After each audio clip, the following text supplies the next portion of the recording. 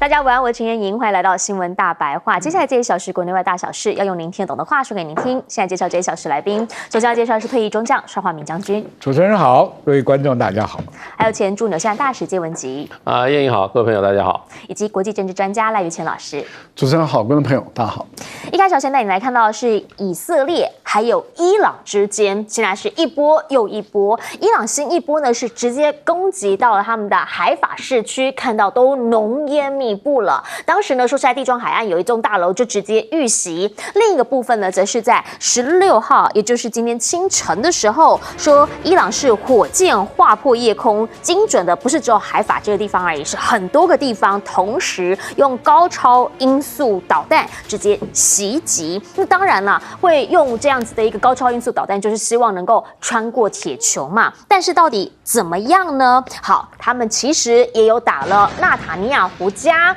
这是央视的报道说，其实呢，当时新一轮的飞弹袭击目标之一就有纳塔尼亚胡的家庭住所，但是看起来应该是没有造成太大的一些损害。那以色列的回攻的部分，其实比起来相对精准蛮多的，因为呢，他们就是锁定了伊朗各地的武器生产基地，大规模的每一个点一个点各个击破，然后他们的外交部的大楼呢也被空袭，附近的研究大楼呢说是有受损的，这一些就是两方彼此之间的你来我往，甚至呢伊朗的德黑兰警察总部大楼也被无人机攻击。先前我们就告诉你了，说其实呢这一次摩萨德绝对是潜进去里面，而且据说啦，在这伊朗的内部呢，已经有他们的特工无人机基地，现在找到了。伊朗说呢，发现他们是确实就在距离德黑兰大概不过20公里的地方，市中心20公里的地方，发现了他们一个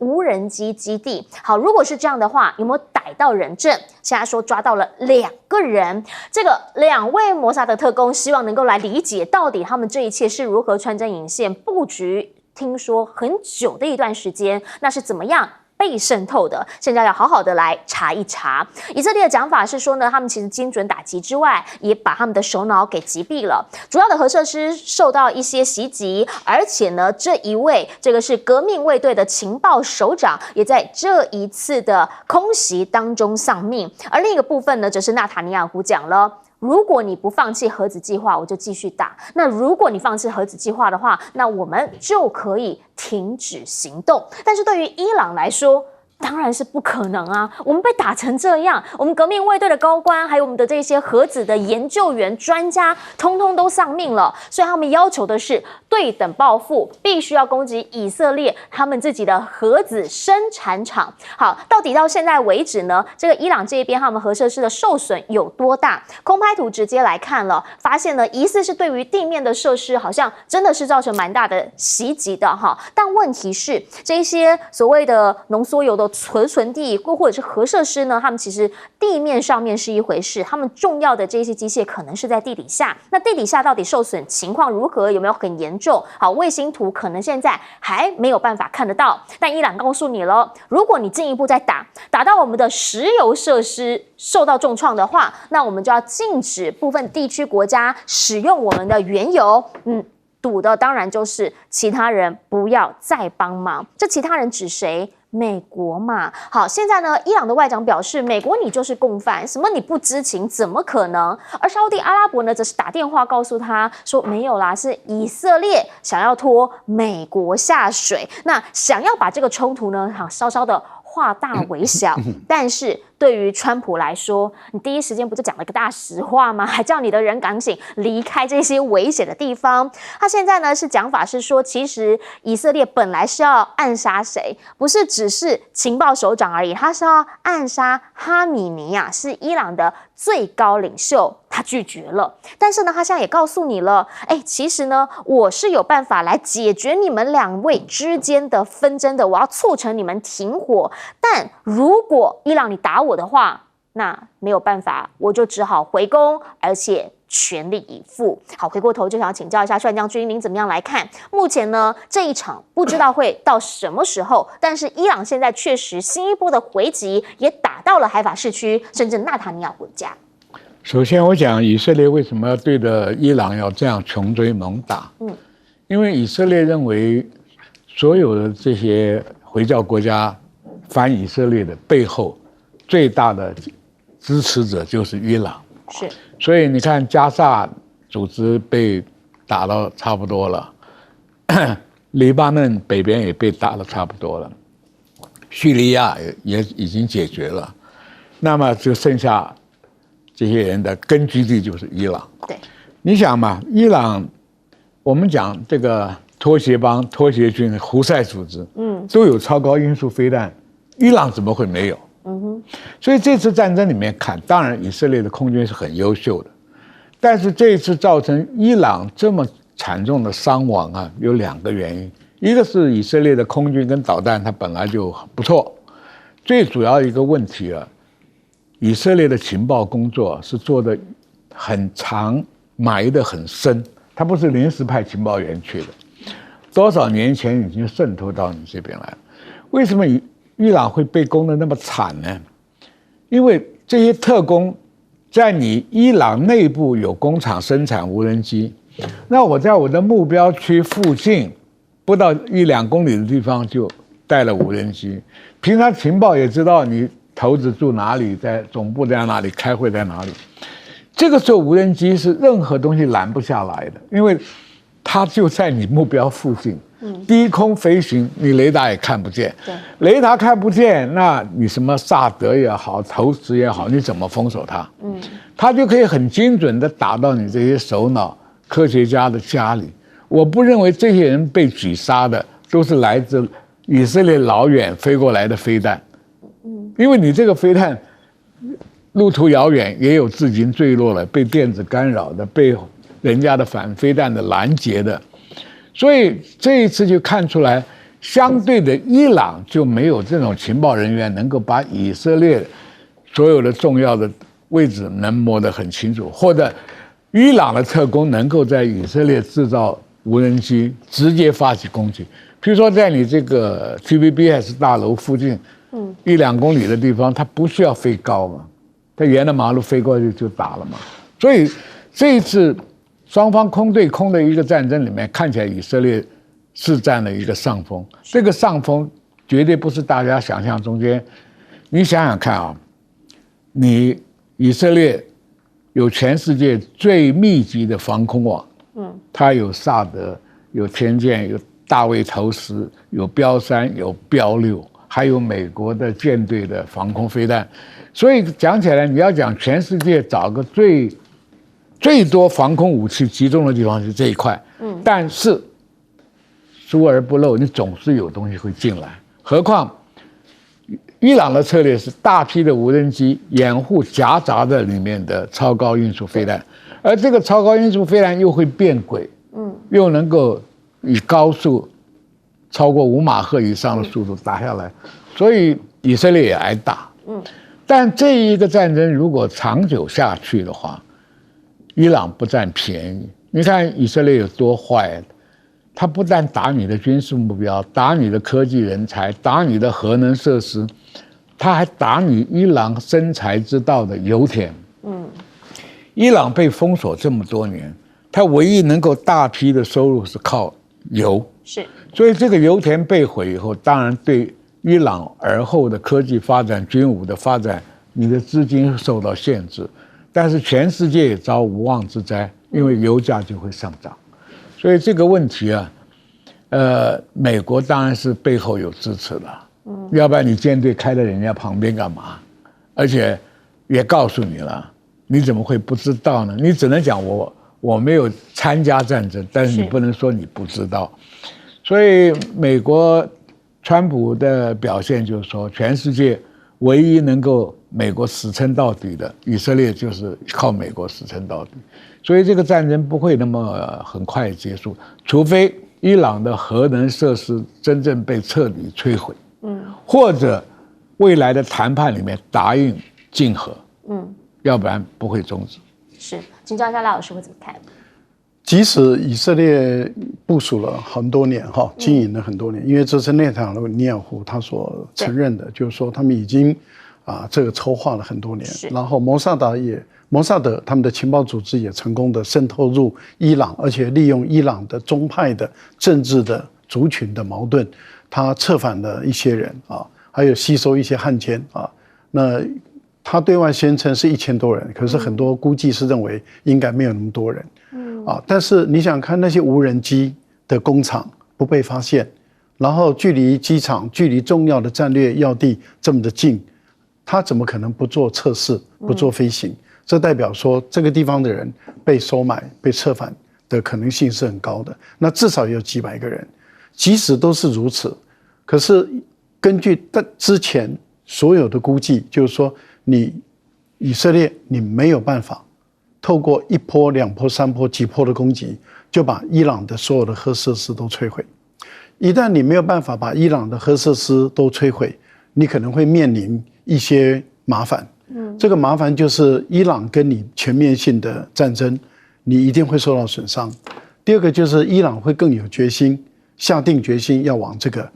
核武器的方向来发展。那这样的话，就是大家努力要伊朗不要发展核武的这一些就不管是6方会谈也好，或者是所有的伊朗的核协议，那就是前功尽弃了。所以在过去美国的总统都有效的都有能力来阻止以色列做这个事。内塔尼亚胡大家都知道，他经营的他30年来就是想要毁掉，但是不管哪一届美国的总统，他都有办法让内塔尼亚胡让以色列的军方打消念头，不管是恩威并济，不管是威胁利诱，也就是说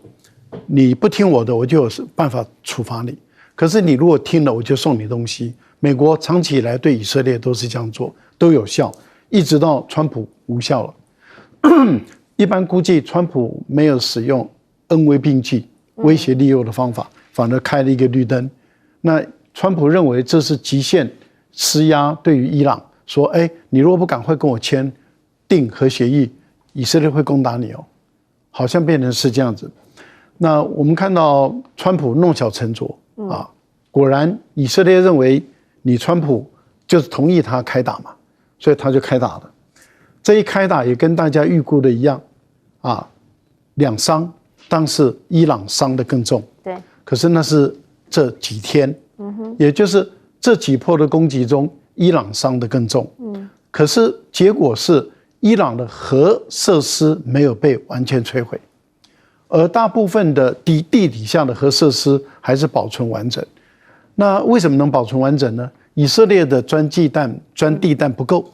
而且它的轰炸机不够，而且它的机场距离这个伊朗太远，更何况伊朗的核设施绝大部分都是盖在山谷底下。那这个部分它就需要美国的钻地弹跟美国的战略轰炸机从伊朗周边的这个军事基地，例如说从伊拉克、从沙特等这些基地起飞，来去对于伊朗进行攻击。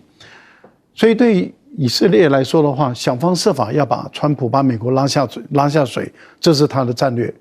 目前我们观察的是美国有没有被拉下水，到目前为止这个还没有被拉下水，但是不能排除他被拉下水的可能性。可是以色列也知道，如果他没有成功的把美国拉下水，那两边这样子不停的轰炸，谁也不会屈服，可是最后一定是两败俱伤，而越炸下去对于以色列就越不利了。为什么说越炸下去对以色列越不利？一个是富有的经济很重要的以色列，一个是长期以来被制裁的贫穷的落后的伊朗。那你想哪一个国家比较怕被轰炸？哪一个国家比较挨不了轰炸？而且它的政治很有可能会倒台的，那绝对不是伊朗的政治会倒台，而是以色列的政治会倒台，这个可能性是比较高。所以我个人觉得以色列已经放出讯息了，他愿意停火，条件就是你不会答应的。那伊朗也放出讯息了，他也愿意停火，但条件也是你以色列不会答应的。所以他们都需要一个斡旋的人出来。突然之间川普跳出来了，我来帮你们斡旋，我希望你们双方都停火。但是好像不太有人看好他有办法斡旋来这一局，请教介大使。现在这场战争，我想以色列是蓄谋已久了。那当然，伊朗也是不断的有一些这种状况让以色列决心认为时机成熟可以打。第一个就是过去1年来，事实上这个尤其叙利亚情势的变化，让这个伊朗在中东很重要的一个抓手失去了。因为过去这个阿塞德政权，他们是属于这个什叶派的重镇，那现在失去了这个叙利亚，那么这个伊朗在国际上，尤其对以色列施压的能力，就等于就是说就是去掉一半了。那接下来像这个黎巴嫩真主党，那么也就没有一个依靠了。所以呢，对于这个以色列来讲的话，其实过去1年来在对付最终极的敌人伊朗这一块的话，其实他们有很多进展。那另外一方面就是说，虽然美国在跟伊朗进行谈判就是有关伊朗发展核武器的，可是过去大概2-3个月以内伊朗在核武的这个研发工作上有具体的非常大的突破。那么这个部分呢，就连 IAEA 国际原子能总署也已经认证那么伊朗事实上要进入实际生产核武的这个条件都已经成熟了。那么就是说，尤其它在这个纯度达到60%的这个浓缩铀里面它事实上已经有408公斤了。那事实上只要有40公斤、42公斤就可以开始造原子弹了。是，所以等于说，伊朗生产原子弹这个能力已经具备了。对以色列来讲，这个是一个历史的一个考验。你到底让这个伊朗这个核子弹是造成以后接受那个事实呢，还是在它制造之前就好把它先这个能力把它摧毁？所以我想内塔尼亚胡事实上的话，他也是下定决心了。那当然，如果说他成功的话，对于他国内的他这个政权的延续也是有帮助的。所以即使在这个川普总统并不是愿意支持的情况下，他还是做了。那我觉得川普是拦不住他，所以川普才会说我们没有参加。而且他后来承认说，事先我们是知道的。那知道你为什么不阻止呢？对，如果是拜登的话就阻止了，川普显然没有阻止。那现在这场战争，刚刚的话，今天几个小时前，这个伊朗又开始攻击以色列嘛，刚刚也讲了，像主要这是海法港所以现在我觉得基本上有2个因素会决定这场战争的持续程度。第一个就是说，到底以色列这个3轮攻击下来除了对于这些研发核子弹的这些科学家都已经杀掉了9个人嘛那是不是已经重创了以色列研发核武的这个能力？还有另外一方面，他第2波、第3波主要打讲，他说就是要攻击以色列伊朗制造武器的能力。所以如果说他这几波攻击能够已经彻底的这个瘫痪了伊朗制造核武的能力的话，我想以色列就达到目的了。他除非受到伊朗的这个重度的反击的话，应该不会再继续。那另外一个因素就是看伊朗到底他手上有多少武器打了3波他手上还有多少武器？如果说他的武器在地面上都被摧毁了，武器库也被摧毁的话，那伊朗是不是有这个能力继续持续？我觉得这是2个主要延续，这样就是说就会造成这场战争会不会延续的主要的客观条件。好，其实呢，现在这双方已经没停下来，但我觉得比较有趣的是，我刚刚看到一个法新社，他们的讲法是，以色列的国家安全顾问，他有对外表示说，其实他们并没有把他们的伊朗的最高领袖，就是哈梅伊，当成一个猎杀的目标。可是这跟川普讲的又不太一样，所以到底这个局会怎么样的演进发展，大家其实可以继续关注。我们先进广告，等等回来继续来说。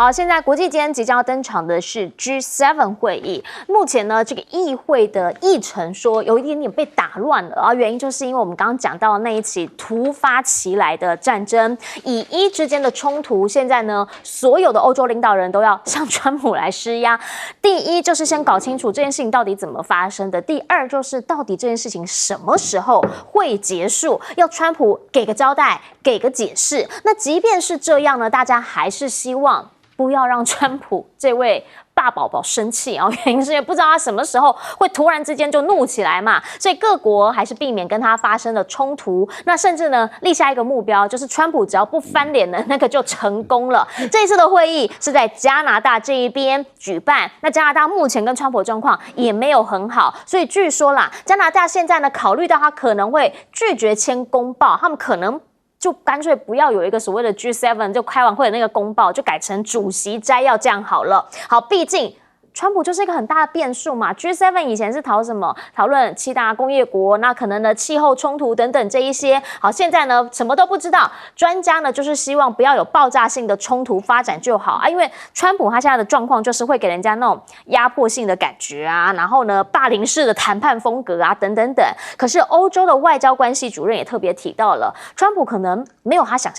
家想象的那么猛啊。毕竟呢他过往只22次公开威胁用武力真正付诸行动的只有2次，会不会是纸老虎？不知道。但是呢，现在川普想要让大家看到的是他的牙齿，什么意思？6月14他生日，终于等到了他好想要有的阅兵，来这一回的阅兵梦想实现了，但是呢，脸上好像没什么笑容因为他的口号毕竟是终结所有的对外战争，但美国人现在看到的什么是怎么那一些装甲然后战车通通开到了马路上面了。其实呢他自己沉浸在这个场面当中，他是怎么样讲的？他认为啦，现在我们美国比任何国家都有助于赢得2战胜利。那我们为什么没有胜利日？所以我们要1战胜利日、2战胜利日。那所以之后还会再有2个阅兵日吗？不知道。可是直接带你来看这个阅兵场景了，原因是因为呢，很多人看到了美式阅兵之后，想说，这跟我们原本想象的这种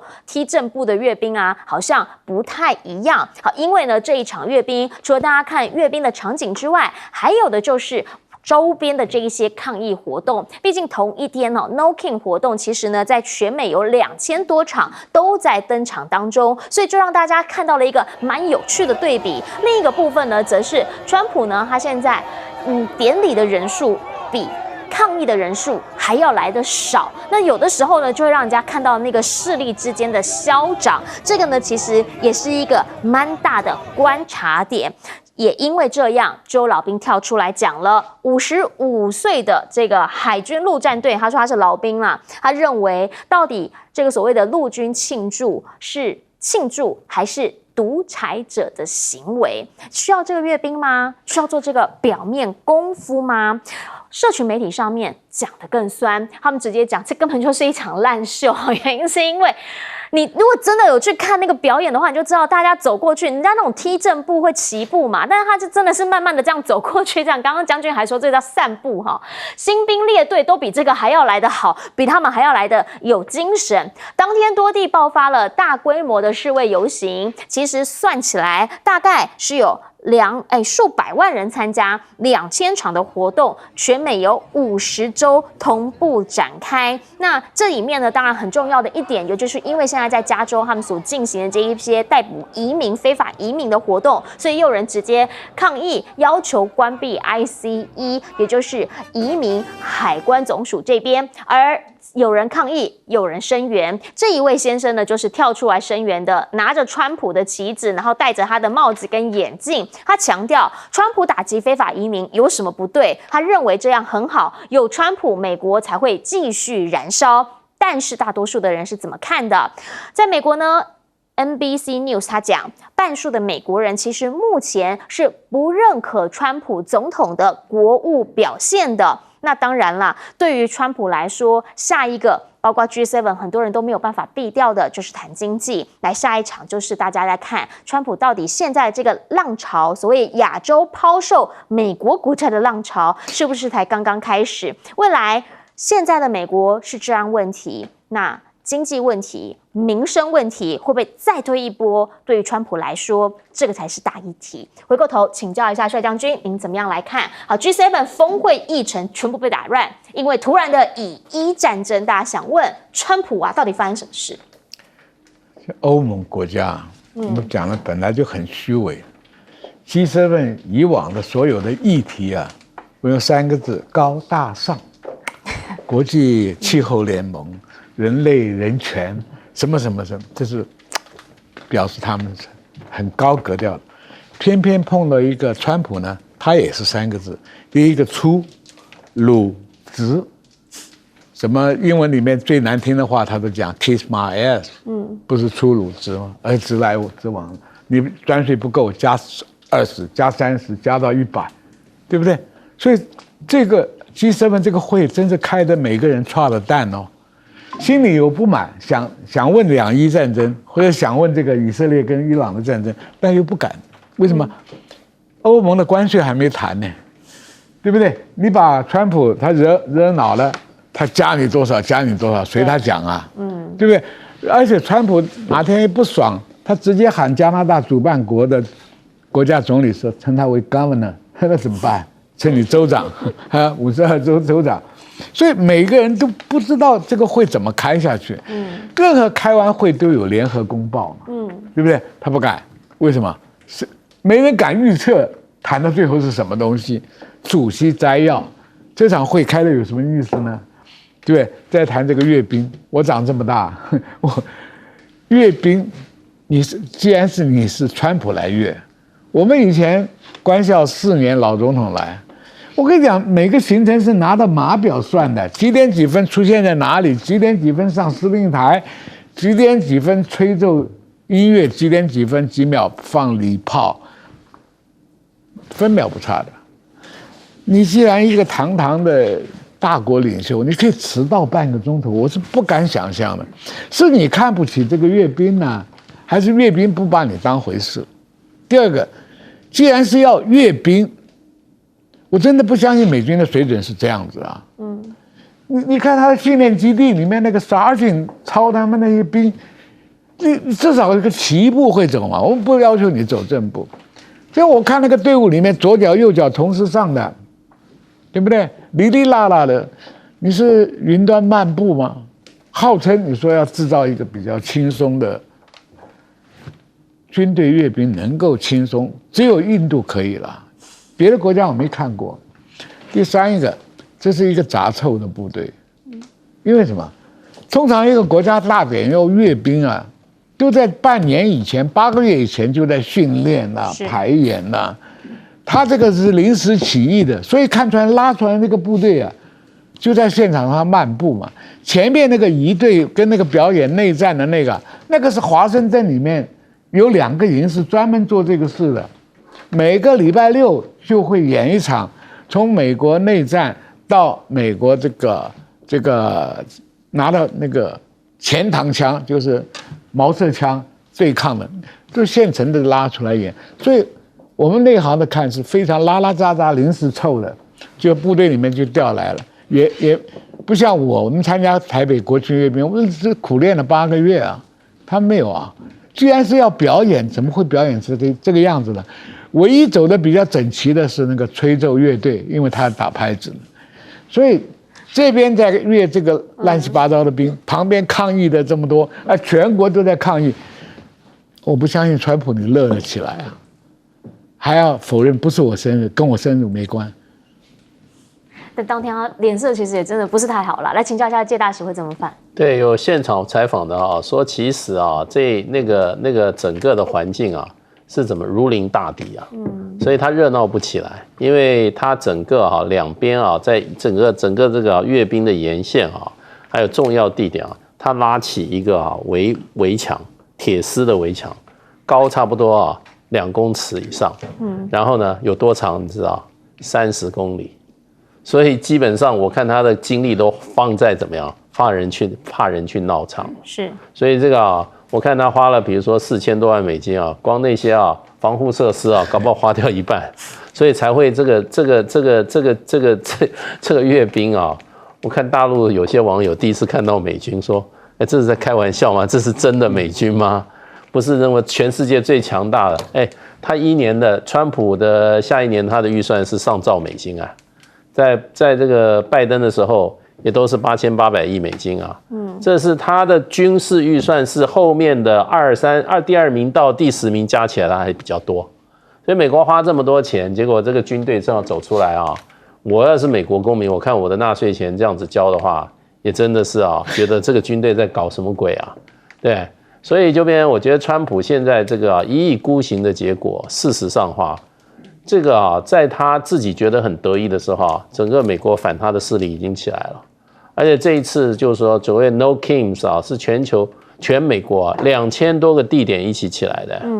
那几个比较大的，像比如说西雅图，规模非常的大，那么还有就费城规模非常大，芝加哥，还有哪里？还有纽约，还有就是这个洛杉矶，这个规模都非常大，而且呢，在这个 Salt Lake City 盐湖城还有人反对，这些人出来反对 No Kings， 在现场开枪，对，所以这个东西有蛮多流血的情况那还有就是说，反对这些支持川普的人呢，开着车子冲到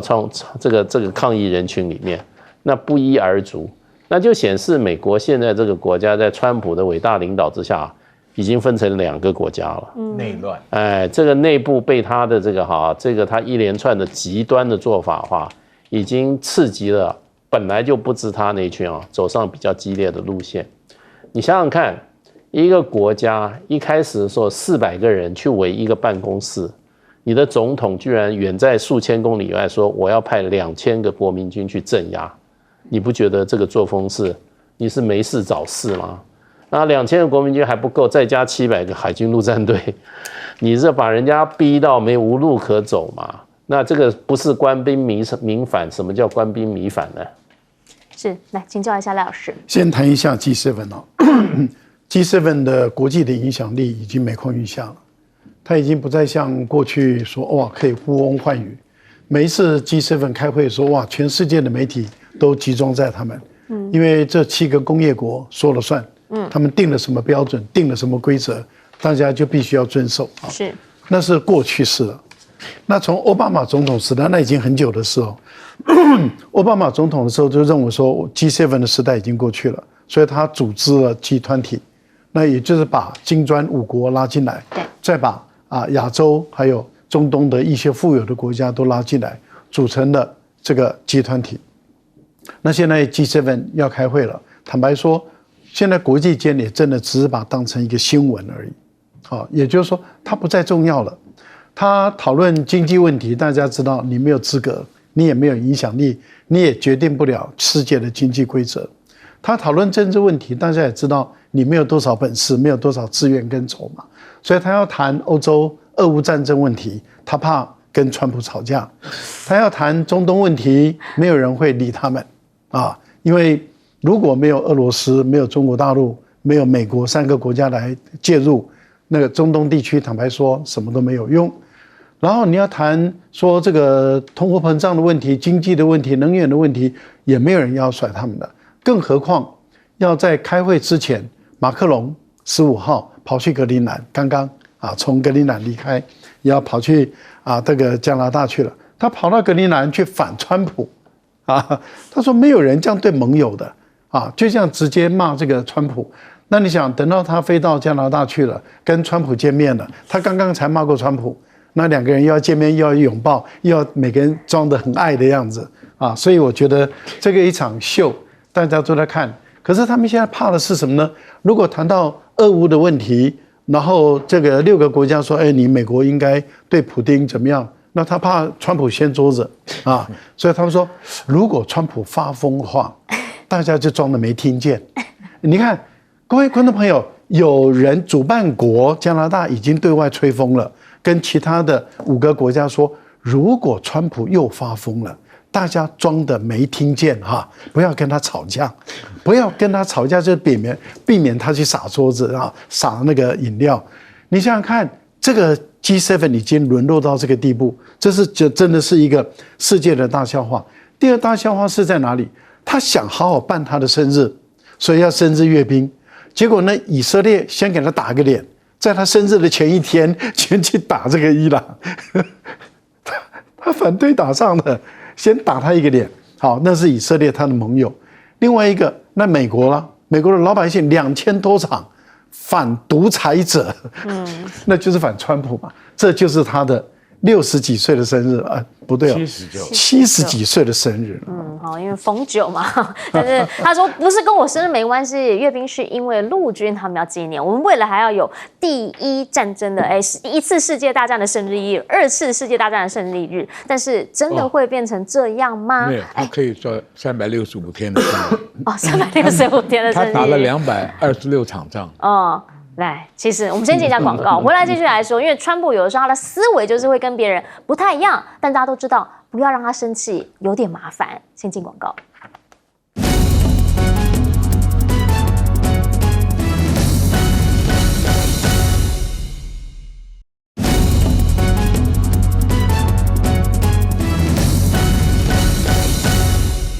好，我们在讲，其实呢，现在到底世界上局势会怎么样转变？美中之间呢，目前还没有完全瞧好，卡在哪里？来，卡在呢，美国媒体讲了，中国没有承诺批准军用稀土出口美国啊，不是。我上次不就跟你讲了，我是要军用的稀土吗？怎么又没有了？美国可能又要跳脚了。而美国呢，也因为这样要再延长对陆关税期限90天。目前呢，这个谈判到底会不会走进了僵局？不知道。反正全面协议短期是没有办法达成啦，但是呢，它有可能再把这个缓冲期再延一下，等于就是。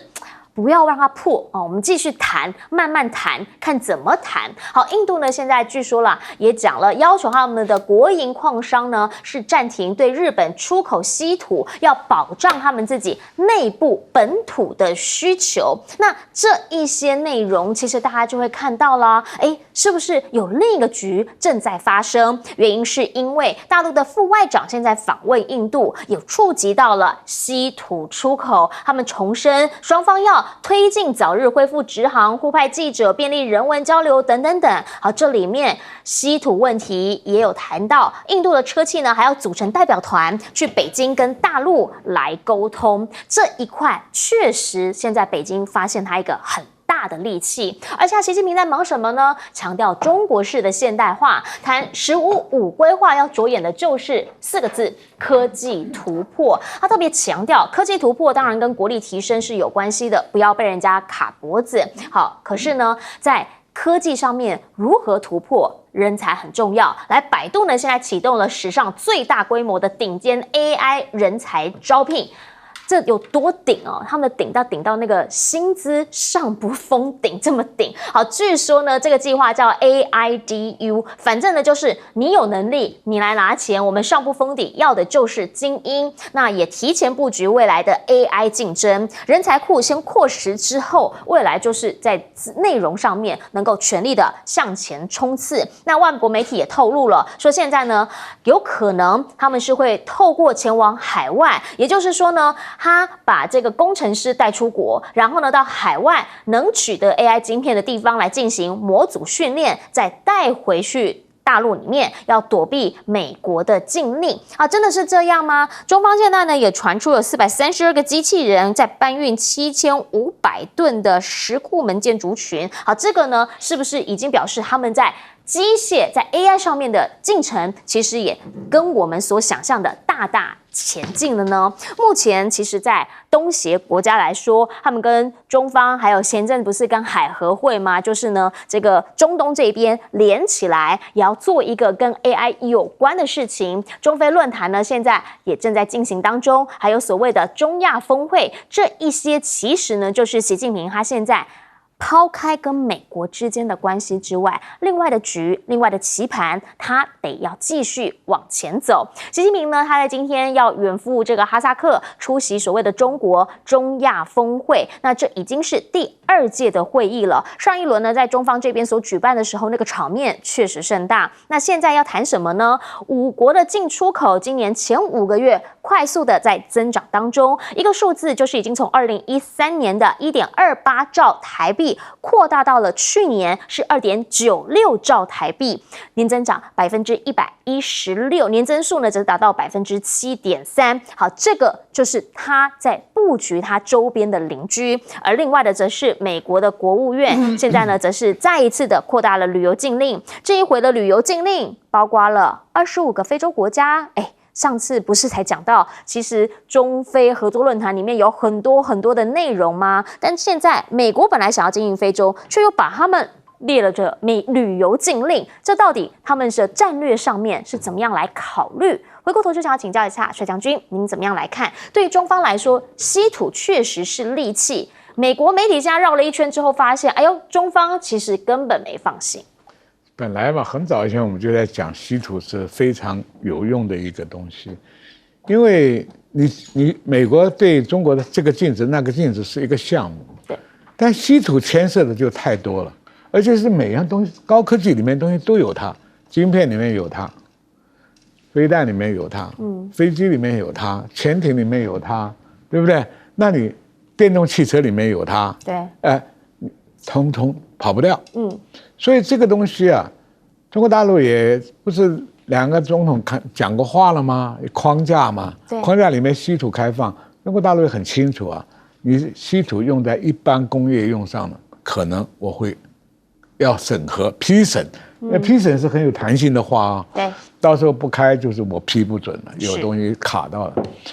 但是最要命的就是军用武器人讲了，你美国不是常常这个涉及到国家安全，所以我怎么样呢？那中国大陆也可以讲啊，你军武科技不是涉及到我的国防安全吗？我不是跟各位观众很早前讲过，美国你不是要搞6代机吗？你不要搞舰队吗？你这要做核能潜艇吗？没稀土怎么办？稀土的工业链你要从挖矿产找提炼，我跟你讲，稀土不是一种元素啊，它里面10几种稀有元素啊，每个的提炼方法不一样啊，你要弄成一个生产链，供美国这么大的需求，没有8年10年，好了，我们就算8年10年。现在中国大陆的军武科技已经跟你非常接近了，有些还超车了。我让你停止8年到10年。你还能跟中国大陆相军事上你还有优势吗？没有了。第二个经济呢，电动车是未来的趋势。好，第三个，马克思也讲了，辉达的呢黄仁勋也讲了，未来是 AI 的世界。AI， 美国也想用 AI 来称霸未来的科技称霸，所以习近平讲了15.5。就是要针对科技突破，针对科技突破一定是在 AI。是我很早以前我在电视上讲过，未来无人机好的高级的无人机会取代了正式的喷射机了。就因为 AI 已经可以取代现在已经他们搞 AI 的人担心 AI 的智慧超过人类的智慧，你还驾驭不住它。但是你要用了军事上用途，它跟一个飞行员有什么不一样？我们今天培养一个飞行员花很多钱，可用的时间很短，他变成一个成熟的飞行员，过不了几年就退休了。所以 AI 未来是争霸，中国缺的就是什么 AI 的高端技术。所以上不封顶，你要开多少薪水我都请你回来。他只要把人才拉回来，我告诉你，中国还有一个优势，电力便宜。你到中国大陆去看，到处都是不夜城，好像电不要钱一样。发展 AI 是极端耗电，你美国在电力还不及中国大陆的1/6。是，来请教一下介大使会怎么看？其实就是说，最近不管是黄仁勋，还有美国的一些研究机构，甚至美国政府里面的官员都说，其实 AI 的话，美国领先的差距大概最多人讲就是差不多6个月，有人说已经差不多等量齐观了那这个 AI 的话，除了晶片之外，还有就是 AI 的这个模型那中国大陆的 DeepSeek 横空出世以后，事实上它一天就把这个 NVIDIA 股价打掉了13%，所以那个冲击是非常非常大的。那这还是今年初的事情所以就变成中国大陆是全举国之力在发展 AI， 而且中国大陆过去像这个讲的话，就是说在原创性的话比较不足，大概都是从1到10，从0到1的部分是没有的。可是 DeepSeek 的横空出世以后就让这个美国的整个的 AI 界都很震惊，就中国大陆有原创性，而且它还用开源的方式，将来这个就是说互相这个滚动式的发展就是说这个会更快。所以事实上的话，黄仁勋还有就是说懂这一行的，基本上都认为美国的优势是已经根本就已经是一个自己的一种很虚荣的想法了。而且那么黄仁勋他们的讲法是说，你越对中国大陆设限的话，中国大陆突破然后呢迎头赶上超越的这个时间会更快。那其实这个道理其实美国认为打压可以打压防止一些国家的发展，可是对中国从来没有生效过。为什么？因为中国大陆事实上从韩战以后就受到美国的打压，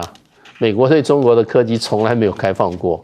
可是呢，越打压的话，中国大陆现在这个空间站天宫号是在美国打压之上，全部的机密通通的打压，结果中国大陆现在是航天科技也是领先。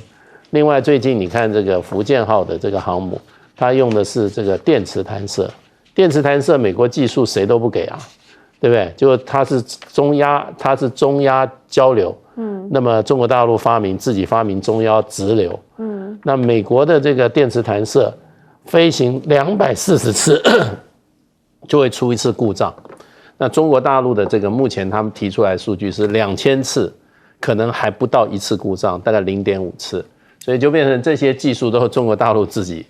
己研发出来，所以我不晓得美国人为什么会有这种想法，说我打压你，中国大陆就没有发展。这很多例子已经证明，有没有美国打压，中国大陆照样会发展出来，这个是各种领域都已经证明了。所以我们讨论这个问题其实有点奇怪。是，来请教一下赖老师。对，美国把晶片当成一个武器他认为说我掌控的这些 AI 的晶片例如说这个辉达的H100，甚至连 H20，你的 AI 就发展不下去了，所以他把这个当武器来卡中国的发展卡中国的脖子。那中国大陆也把稀土当成武器来卡美国的脖子。